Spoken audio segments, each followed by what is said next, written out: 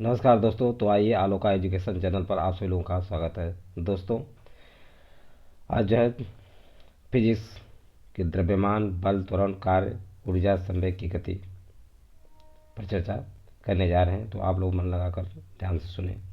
देखिए, द्रव्यमान, बल, त्वरण, कार्य, ऊर्जा, संवेग गति पर पहला क्वेश्चन आप लोगों के सामने प्रस्तुत कर रहा हूँ।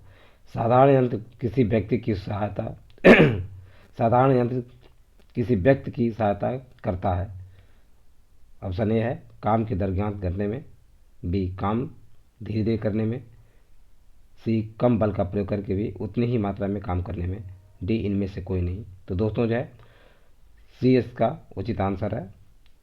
सी इसका उचित आंसर है, कम बल का प्रयोग करके भी उतनी ही मात्रा में काम करने में। नेक्स्ट क्वेश्चन देखिए, प्रक्षालन मशीन की कार्यप्रणाली का सिद्धांत है। अपोहन, बी अपकेंद्रीकरण और संवेग, डी बल। तो इसका उचित आंसर होगा दोस्तों जो है अपकेंद्रीकरण या केंद्रीय बल। पदार्थ के संवेग और वेग के अनुपात में कौन सी भौतिक राशि प्राप्त की जाती है? तो दोस्तों जो है विकल्प ए द्रव्यमान, बी त्वरण, सी अभिकेंद्रीय बल और डी जो है उत्तोलक। तो इसका उचित आंसर द्रव्यमान होगा। क्या होगा? विकल्प ए उचित आंसर होगा। नेक्स्ट देखते हैं, पदार्थ के संवेग और वेग के अनुपात में कौन सी भौतिक राशि प्राप्त की जाती है? तो दोस्तों विकल्प देखते हैं। विकल्प ए द्रव्यमान, विकल्प बी त्वरण, विकल्प सी अभिकेंद्री बल और विकल्प डी जो है उत्तोलक है। तो इसका उचित आंसर जो है विकल्प ए द्रव्यमान होगा। फोर्थ क्वेश्चन पर चलते हैं, बल गुणनफल है। विकल्प है दोस्तों द्रव्यमान और वेग का, बी भार और त्वरण का, सी द्रव्यमान और त्वरण का, डी इनमें से कोई नहीं। तो दोस्तों जो है विकल्प सी द्रव्यमान और त्वरण का जो है बल गुणनफल है। क्वेश्चन नंबर 5 पे चलते हैं, ऊर्जा संरक्षण का आशय है कि ऊर्जा का विनाश होता है, बी ऊर्जा का सृजन और विनाश दोनों होता है, सी ऊर्जा का न तो सृजन होता है और न ही विनाश होता है, डी ऑप्शन है इनमें से कोई नहीं। तो दोस्तों इसका उचित आंसर जो है सी होगा, ऊर्जा का न तो सृजन होता है और न ही विनाश होता है। ऊर्जा संरक्षण का सिद्धांत इसी सिद्धांत पर लागू होता है कि ऊर्जा का न तो सृजन किया जा सकता है और न ही उसका विनाश किया जा सकता है। क्वेश्चन नंबर 6, एक ट्रेन जैसे ही चलना आरंभ करती है उसमें बैठे हुए यात्री का सिर पीछे की ओर झुक जाता है। इसका कारण है, पहला है यह है न्यूटन का प्रथम नियम, बी द्वितीय नियम, सी न्यूटन का तृतीय नियम और डी इनमें से कोई नहीं। तो दोस्तों इसका उचित आंसर होगा विकल्प ए न्यूटन का प्रथम नियम। नेक्स्ट क्वेश्चन, सड़क पर चलने की अपेक्षा बर्फ पर चलना कठिन है क्योंकि देखिए विकल्प ए सड़क बर्फ से ठोस होती है, बर्फ बी विकल्प है बर्फ सड़क से सख्त होती है, सी बर्फ कोई प्रतिक्रिया नहीं करती है और डी है बर्फ में सड़क की अपेक्षा घर्षण कम है। तो इसका उचित आंसर होगा दोस्तों जो है डी बर्फ में सड़क की अपेक्षा घर्षण कम है। क्वेश्चन नंबर 8, एक वृत्ताकार पथ पर तीव्र गति से जाता हुआ 4 पहिया वाला वाहन गिरेगा। ध्यान रखना दोस्तों, एक वृत्ताकार पथ पर तीव्र गति से जाता हुआ 4 पहिया वाला वाहन गिरेगा। विकल्प यह है बाहरी पहियों पर पलटेगा, अंदर के पहियों पर उल्टेगा, सी है अंदर के तरफ फिसलेगा और डी इनमें से कोई नहीं। तो दोस्तों इसका उचित आंसर जो है अंदर के पहियों पर उल्टेगा।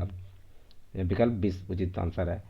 क्वेश्चन नंबर 9, हवाओं की ऊर्जा होती है केवल स्थिति, केवल गति, केवल चुंबकीय और स्थिति एवं गति दोनों। तो दोस्तों जो है इसका उचित आंसर होगा केवल गतिज। क्या होगा? केवल गतिज होगा।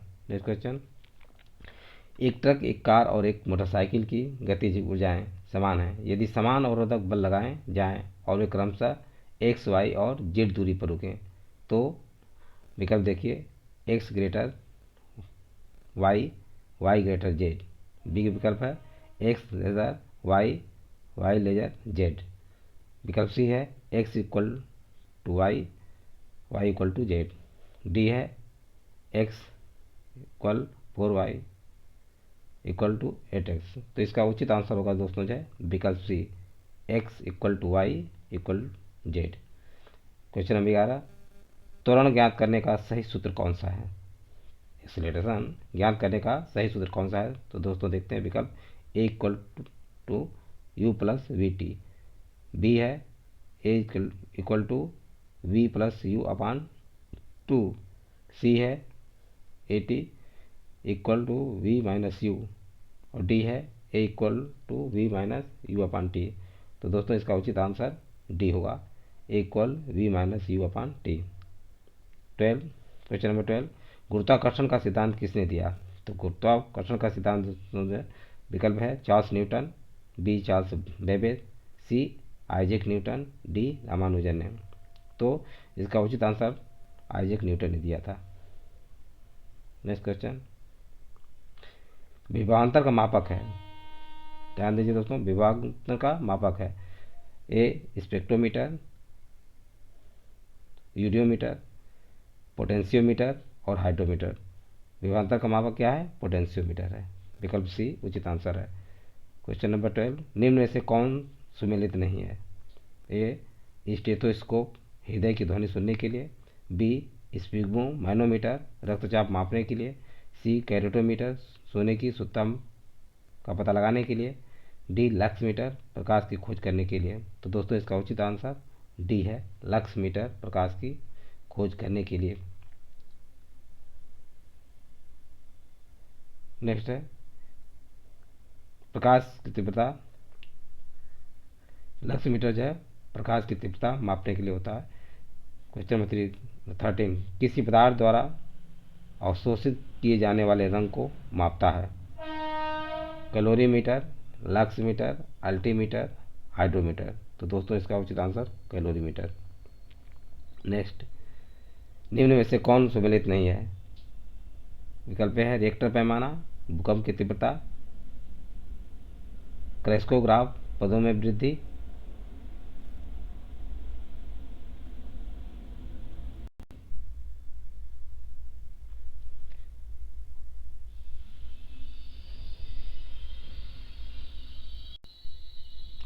निम्न में से कौन सुमेलित नहीं है? रिएक्टर पैमाना, भूकंप की तीव्रता, क्रेस्कोग्राफ पौधों में वृद्धि, कार्बोरेटर आंतरिक दहन इंजन, सिस्मोमीटर पृष्ठतल की वक्रता।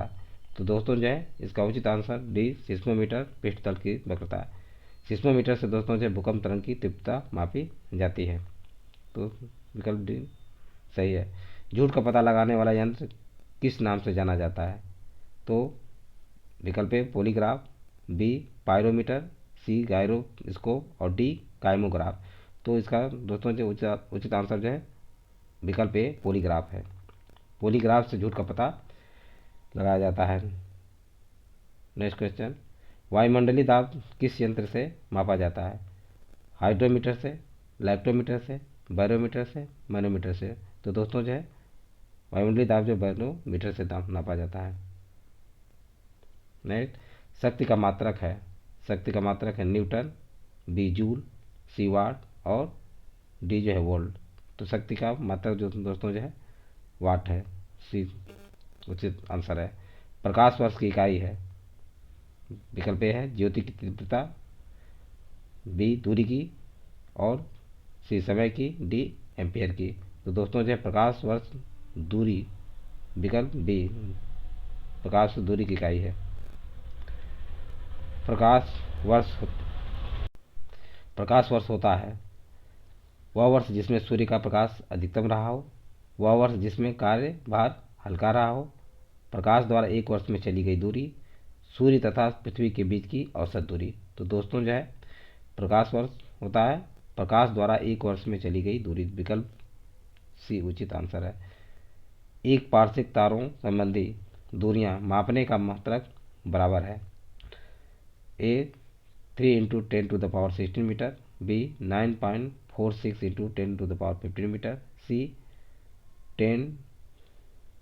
10⁻⁻9 मीटर, डी इनमें से कोई नहीं। तो दोस्तों इसका उचित आंसर जो है विकल्प ए है, 3 इंटू 10⁻16 मीटर। माप की कौन सी इकाई को 0.39 से गुणा करने पर इंच प्राप्त होता है? तो दोस्तों जो है ए मिलीमीटर, बी सेंटीमीटर, सी मीटर और डी डेसीमीटर। तो विकल्प इसका उचित आंसर जो है बी सेंटीमीटर है। नेक्स्ट, मेगावाट बिजली के मापने की इकाई है। ए है जो उत्पादित की जाती है, बी उपभोग की जाती है, सी बचत की जाती है और डी ट्रांसमिशन में ह्रास हो जाती है। तो देखिए दोस्तों, इसका उचित आंसर जो है विकल्प ए, जो उत्पादित की जाती है। नेक्स्ट क्वेश्चन, त्वरण का मात्रक है। त्वरण का मात्रक ए जूल, बी न्यूटन, सी मीटर प्रति सेकेंड और डी है न्यूटन सेकेंड। तो दोस्तों इसका उचित आंसर जो है सी है, मीटर प्रति सेकेंड स्क्वायर। नेक्स्ट क्वेश्चन, निम्नलिखित एसआई यूनिटों में कौन सा सम्मिलित नहीं है? कार्य जूल, बी बल न्यूटन, द्रव्यमान किग्रा, दाब डाइन। तो कह रहा है कि निम्नलिखित एसआई यूनिटों में कौन सा सम्मिलित नहीं है? तो विकल्प डी, तो विकल्प डी दाब डाइन। नोट, सीजियस प्राणी में बल का मात्रक डाइन होता है। नेक्स्ट क्वेश्चन, 1 नैनोमीटर होता है। विकल्प ए है 10⁻⁻6 सेंटीमीटर, बी है 10⁻⁻7 सेंटीमीटर, सी 10⁻⁻8 सेंटीमीटर और डी है 10⁻⁻9 सेंटीमीटर। तो दोस्तों इसका विकल्प जो है बी 10⁻⁻7 सेंटीमीटर सही आंसर है। समुद्री जहाज की गति मापने की इकाई है। तो आइए देखते हैं, ए नाट, बी वाट, सी कैलोरी और डी नाटिकल मील है। तो दोस्तों जो है इसका उचित आंसर नाट है। नोट, नौ संचालन में प्रयुक्त दूरी को नाटिकल मील में मापते हैं। क्वेश्चन, विभवांतर का मात्रक है। जूल, एम्पियर, वाट, वोल्ट, कैलोरी। तो दोस्तों जो है विभवांतर का मात्रक होता है वोल्ट। क्या होता है? वोल्ट। निम्नलिखित में से कौन सा सुमेलित नहीं है? ए विकल्प है नाट, जहाज के चाल की माप, बी नाटिकल मील, नौ संचालन में प्रयुक्त दूरी की इकाई, सी एंगस्ट्रॉम, प्रकाश के तरंग दैर्ध्य की इकाई और डी जो है प्रकाश व समय मापन की इकाई। तो दोस्तों जो है इसका उचित आंसर प्रकाश व समय मापन की इकाई सुमेलित नहीं है। दूरी मापने इकाई है एक प्रकाश वर्ष में 9.46 इंटू 10⁻50 मीटर होता है।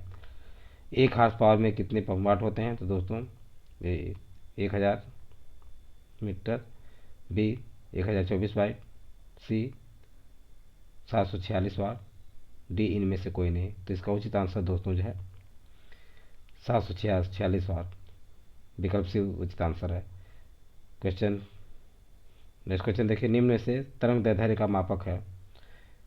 ए मैक, बी एंगस्ट्रॉम, सी दाब और डी ऊर्जा। तो दोस्तों जो है इसका उचित आंसर एंगस्ट्रॉम है। क्या है? एंगस्ट्रॉम, विकल्प भी सही है। निम्नलिखित में से शक्ति का मात्रक है। ए डेसिबल, बी अश्वशक्ति, सी समुद्री मील और डी जो है सेल्सियस है। तो इसका उचित आंसर जो है अश्वशक्ति होता है। नोट, सेल्सियस तापमान का मापक है। नेक्स्ट क्वेश्चन, पारिस्थितिकी दाब की इकाई है। बार, नाट, ओम और जूल। तो दोस्तों जो है विकल्प ए बार, इसका जो है दाब की इकाई होती है। ओम विद्युत प्रतिरोध का मापक होता है। नेक्स्ट, तेल का एक बैरल निम्न में से लगभग कितना होता है? विकल्प ए है 159 मीटर, बी है 3.785 लीटर और सी है 1000 किग्रा और डी है 16 आउंस। तो दोस्तों इसका उचित आंसर होगा 159 लीटर। नोट है 3.785 बराबर होता है 1 गैलन।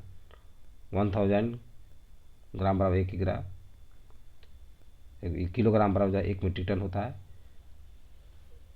अब नेक्स्ट क्वेश्चन देखिए, क्यूसेक किसका मात्रक है? ए दाब का, भूकंप की तीव्रता का, सी प्रवाह की दर का और डी कंप्यूटर का। तो दोस्तों इसका उचित आंसर सी प्रवाह की दर का है। निम्नलिखित में से कौन एक वायुमंडल के ओजोन परत की मोटाई नापने वाली इकाई है? ए बार, बी नाट, सी डाप्सन और डी सोनार। तो दोस्तों डाप्सन जो है वायुमंडल के में उपस्थित ओजोन परत की मोटाई की माप की जाती है। फिर देखिए, वायुमंडलीय दाब का गैर एसआई मात्रक बार होता है। क्या होता है? बार होता है। 1 बार इक्वल होता है 10⁵ न्यूटन प्रति मीटर स्क्वायर। नेक्स्ट क्वेश्चन, वायुमंडलीय दाब का गैर एसआई मात्रक है। A newton, B pascal, C joule, D bar. तो दोस्तों जो है डी बार है। तो दोस्तों आज बस इतना ही। अगर ये वीडियो आप लोगों को पसंद आया हो, अच्छा लगा हो, तो अपने दोस्तों को शेयर करना ना भूलें तथा अन्य लोगों को भी इसको शेयर करें, सगे संबंधियों, ताकि जो है इसका लाभ अन्य व्यक्तियों को भी प्राप्त हो सके। थैंक यू दोस्तों।